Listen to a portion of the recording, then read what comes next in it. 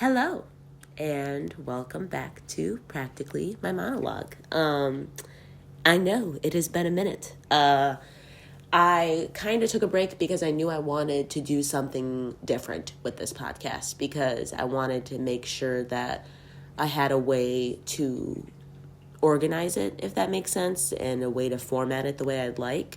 So I decided I'm just going to do like raw, unedited, recordings and just upload them because at this point I'm so eager to do art and just keep creating art that I don't care about it being perfect all the time. Of course there's things that you want to be perfect, but like why am I worried about like editing my podcast? Like I'm not, famous and I don't have like things I need to keep secret, like so who the fuck cares if I burp or if I like lose my voice for 2 seconds or if I choke on my own spit? Like it's life, And I kind of want to do that. I want to make life not seem so fucking scary or dramatic sometimes, if that makes sense. Because I feel like something as slight as a fucking fart just like throws a whole room out of whack, if that makes sense. It's like everybody's so fucking sensitive these days. Everybody's so, and I know I touched on that in the past, but it's like, it's not even that type of way. It's just like life is lifing, right? And then people forget that it's always been that way, if that makes sense. Like these lessons aren't new. These things aren't new. They've been happening for generations. People have been farting for generations, choking on their own spit. And people edit that shit out now. Like, Dochi's fucking dope, and she wears face tape. Like, you can just see it, Like, she's not hiding it like everybody else. And she kind of inspired me in that way to not be afraid to do art and expose realness, because that's all art is. Art comes from trauma, it comes from destruction, it comes from happiness, it comes from anything, but it's definitely not always perfect. So somebody just yelled outside. That's weird. I live in a quiet neighborhood, so and shit like that. Like if something happens outside, I want to talk about it. I'm not gonna just fucking ignore it, like it just happened. Or my cat's sitting in my lap, and if he falls to the floor and makes a noise, like, it's gonna happen. I just want it to be normal, and, like, we're literally, not that we don't need to be hanging out, but I just want you to know that I'm not, like, keeping shit from you. Not that I have anything to keep, but just, like, I like to be as open as possible because I think it can be helpful for other people. There you go. So, speaking of that, the format of this podcast, I think I'm mostly going to talk about art, of course. Hopefully read some of my poetry because I'm working on a book. Talk about acting, talk about singing, and also talk about trauma because I've always talked about that on here. I've always talked about my take on the world and how I'm stumbling through it. Because I think, how should I word this? I'll say that my upbringing was very odd. And now that I'm a grown adult, I don't think that everybody is as surprised at life as me. I grew up in what I kind of just described to people as like kind of cultish, if that not a cult at all, like just saying I had to abide by the rules of my mother because that's what worked best in the household. And it's not just like make sure the dishes are done and this and that. It's like, no, I need to make sure I do everything how she wants it, or else everything's my fucking fault because she's a narcissist, which of course we'll get into that because not even just to talk about her, I want to talk about narcissism in general and how people who are extremely narcissistic create extreme mental damage within people. And it's actually, to me, something somebody should be arrested for, like to completely tear down somebody's like emotional like system to have them rely on you for happiness, like, and I'm referring to like walking on eggshells, make sure that she's good so I can be good when I'm the child, So I want to talk about all these things. I want to talk about having undiagnosed ADHD for my whole entire fucking life. And nobody's saying anything. Nobody's saying anything. Nobody thinking I was different, which is fine, but is it? But, now I know, and I'm only 22, so at least I didn't wait till I was 50, like a lot of people have to do,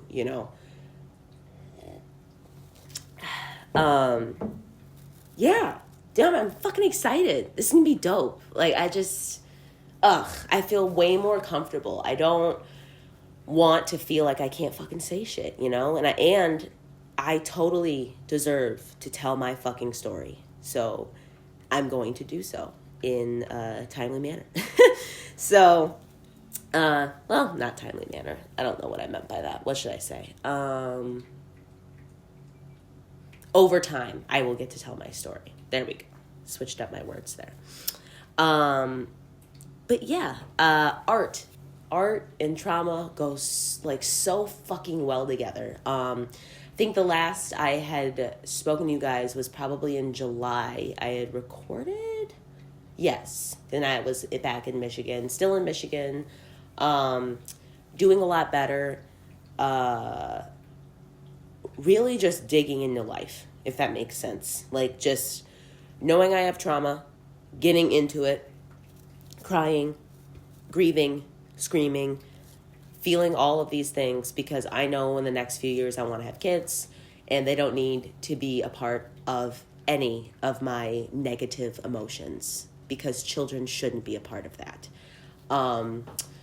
So yeah, I look forward to the rest of my healing journey. I've come really far. I really got to say that, because I do not give myself credit. Like, if you know me personally, I'm probably the meanest person to myself besides my mom. So it's just like, I am so terrible with myself. I don't give myself any props. I'm never proud of myself. So I really want to say that, because it's been pretty much exactly a year since I've seen my mother.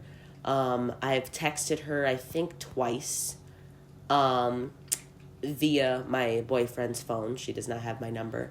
So I've been away from my narcissistic, abusive, alcoholic mother for a year now. And I genuinely never thought that I could be where I am today. And just a momentary, just fucking side note. I'm saying this, and I'm nervous saying this because, blowing up her spa, whatever the fuck, But it's so my story, and the fact that I feel nervous talking about my childhood and who was in it, even though it's my fucking story, is very sad. And I just want to point that out, and I want other people to know that too. But yeah, it's been a full year. I have grown so fucking much. I have done so many things. I have accomplished so many things. I have written a shit ton of fucking poetry. I mean, a shit ton. I have over at least 120 pieces. And they started in complete rage for my childhood and my upbringing. But I found that, and I'm not mad at that at all. We'll still read them. We'll still share them. We'll still publish them, hopefully in the near future. But, I was also able to, take time away from the angry type writing, and also see how far I've come, where I've come from, what explains these things about me. And that's where we can get into the talk about trauma, because I didn't know that so many of the things that I didn't like about myself, or the things that made me uncomfortable about myself, stemmed from my childhood. Like, the reason, that I'm a people pleaser, or the reason there's, oh my God, there's just so fucking many. And then, of course, when you're talking, trying to bring in points, you don't remember any of them. But no, I mean, I know that, the reason I get scared in the middle of the night to go to the bathroom is because I would go to the bathroom when I was younger. And if my mom heard me, she would, like, sometimes get up out of bed and get mad. Like, I'm pissing. What's the big fucking deal? Just things like that. And then, to know that, now, I found out, like, when I was 18 that I had ADHD, to know exactly what ADHD is for a woman, and to know that I had that my whole life, and so all these things make sense. Everything basically has just lined up, and I'm just giving some brief examples just so that you can kind of get a grasp of what I'm talking about. But yeah, all of these things make sense. Just like when you see a fucking drug addict on the fucking street who does heroin. Okay, something went wrong at home. Something went wrong at home. And I am not saying that he didn't have the moment to say, no, I don't want to stick this needle in my arm. But what I will say is, if you don't have a solid home to grow up in, a stable home with stable people living in it, you are not doomed, but you are definitely going to have a harder time. That is just true. You are going to have a harder time emotionally, connecting with people, making relationships, trusting people, believing people. Like, to this day, I have friends who I don't call friends because I don't feel like they like me enough, but yet then they come and they bring me a surprise gift at work. It's like, oh, I can't even grasp that people like me. People would want to be around me. People would want to be friends. Sorry, my cat is jumping. I'm about to jump on the counter. Yeah, there's so many things you're going to have difficulties with. And you're not going to be able to focus on that fucking schoolwork you need to focus on. Because you're going to be worried about the shit that you have going on at home. And we're going to go get Alfred off the counter. Here we go, guys. Come on, dude. You know the drill. But yeah, and then it all comes down to also when you grow up in those homes, there's a lack of opportunity. And I can't remember who originally had said that. It might have been Candace Owens. Maybe I'm wrong. She probably has said something like that. But the lack of opportunity is really, really what fucks people up getting to adulthood. And I'm saying this could be lack of opportunity in a rich household, but it definitely is predominantly in the hood, in the lower income housing, whatever the fuck, which I grew up in. So I'm just talking here. Been there. Grew up like white trash, but it's to not have the chances as a child to do the things that you were interested in. Me and Kyle talk about this all the time. It really fucks you up because as a child, you don't know it's because, oh, they don't have money for this. Or you do know that you don't have money for it, but you shouldn't be knowing about your financial situation when you're a young person. You shouldn't be worried about that. Parents that talk to their kids about money not in a constructive way, I think it's fucked up. But they don't know that, so then they think it's their fault or that they're not going to be good at it anyway. Then sometimes parents say that shit. So it's the lack of opportunity and the lack of, teachers caring, which is it's not their job. Your parents should fucking care about you to begin with, right? But the teachers are just going based off the curriculum now. I feel like really there's definitely teachers that totally fucking care, that are awesome. They are totally out there. But there's a lot of teachers that just go with the flow, go by the book, let people flunk, let people fail. When really I'm so empathetic. I can't let that kid go through and with a failing grade and not ask what's going on at home. I was a chunky fat kid, and nobody once asked me why the fuck I was eating so much. No one, not even my mother. She had no problem putting me on diets and trying to get me to lose weight, but nobody asked me why the fuck I was eating so much. Did I feel uncomfortable? Was there something going on at home? And that's where that opportunity comes in. That's where someone that can really benefit your life comes in. And that doesn't happen for a lot of people. It does happen, but not for a lot of people. So it's just sad. And it's something that I think about.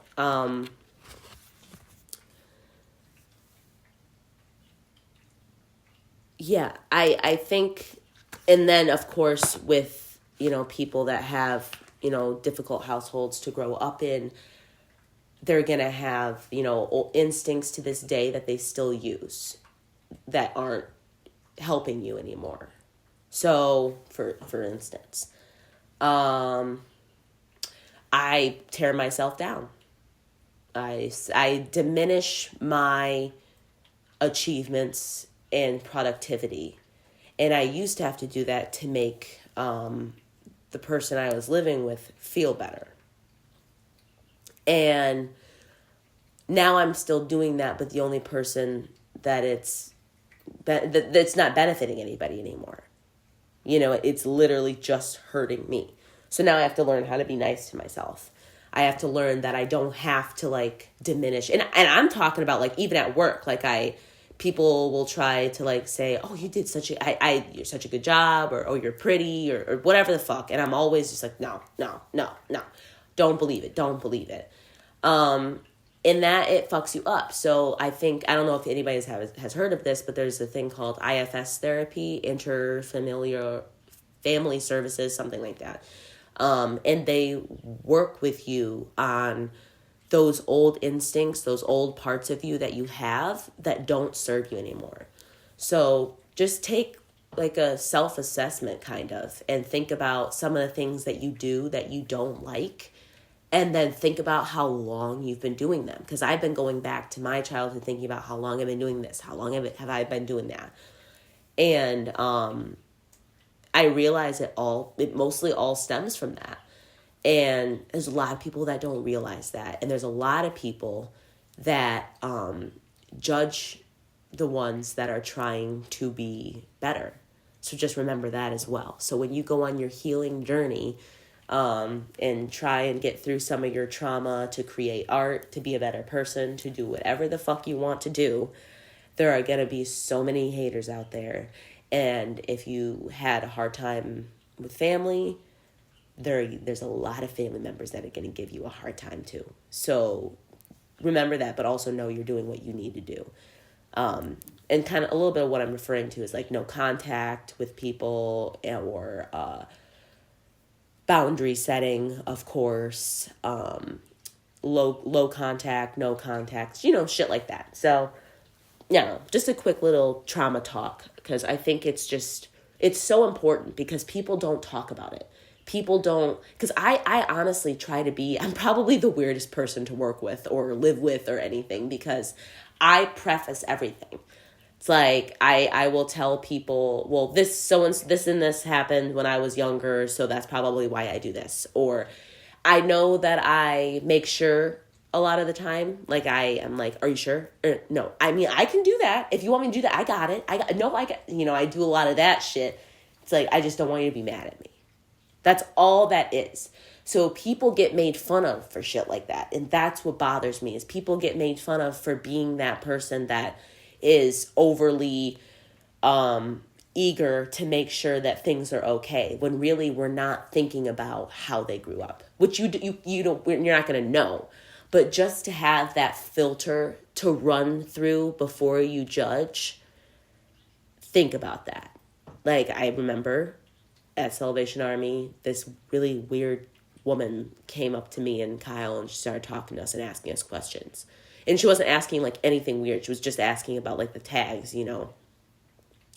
And I made a gesture to tell Kyle, get out of this aisle. She's weird.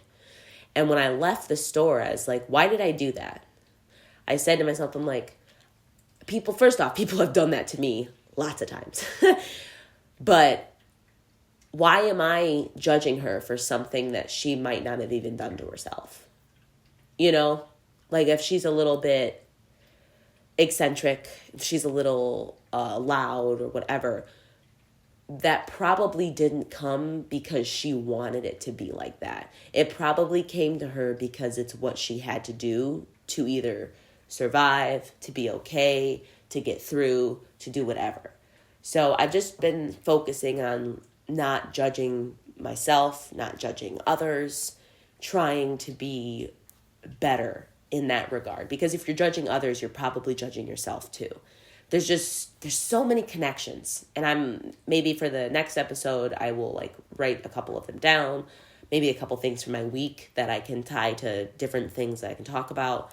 But I just kind of wanted to hop on here and say hello, hi, new format. I feel better. I feel excited. And I feel like I want to help people, and I think that I can. And I want to help myself, too, because I fucking deserve it. And I deserve to say whatever the hell I want to say, because I'm not lying. And it is true. And I finally fucking realized that it is true, because you're in denial for so long. You know, I think there's a lot of people out there that can, you know, relate to this with their childhood. And, God, people just... I feel so bad for people, because there's so many out there that are like in their 50s right now, and they're just now realizing that their parent actually wasn't ever there for them, and it was kind of all a lie. And that's kind of what I meant about like the cult type upbringing, is that it was all a lie. There was lots of lies. This wasn't all the way true. Their intention wasn't good. It wasn't morally sound. You just realize all these things as you get older, and it becomes very painful. And then when you've already had lots of issues with family, it can become even worse, you know? So I want to tell my story, all of it, and I hope that it reaches people. It can help people. We can, or have a fucking dialogue about it. I would love that. Like, perhaps I could get, you know, friends to talk about a little bit of their upbringing, or a little bit of their artistic value, you know, anything like that, definitely. So thank you so much for listening to the revamped Practically My Monologue, and I look forward to creating more art in the future. I'll see you next time.